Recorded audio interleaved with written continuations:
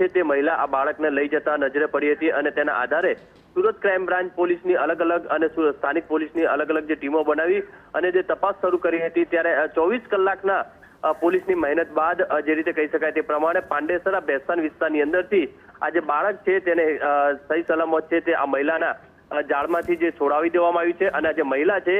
તે મહિલાની અટકાયત પણ ક્રાઇમ બ્રાન્ચ દ્વારા કરવામાં આવી છે। પ્રાથમિક માહિતી જે રીતે મળી રહી છે તે પ્રમાણે કે આ મહિલા છે તેને બાળક ન થતું હોવાના કારણે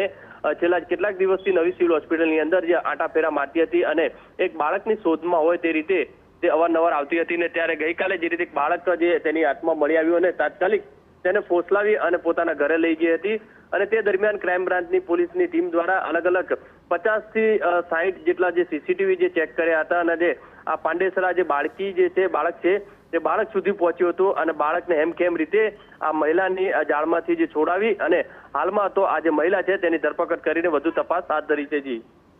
જી ખૂબ ખૂબ આભાર બલદેવ। તો એક સારા સમાચાર, આ મહિલાની ધરપકડ કરી લેવામાં આવી છે અને બાળકને તેના જંગલમાંથી છોડાવી લેવામાં આવ્યો છે। અલગ અલગ 16 ટીમો આ ઇન્વેસ્ટિગેશનમાં લાગી હતી અને હાલ સારા સમાચાર એ છે કે ખટોદરા પોલીસમાં ફરિયાદ નોંધાવ્યા બાદ હાલ બાળક મળી આવ્યો છે અને તેના માતા પિતાને સોંપાઈ દેવાયો છે।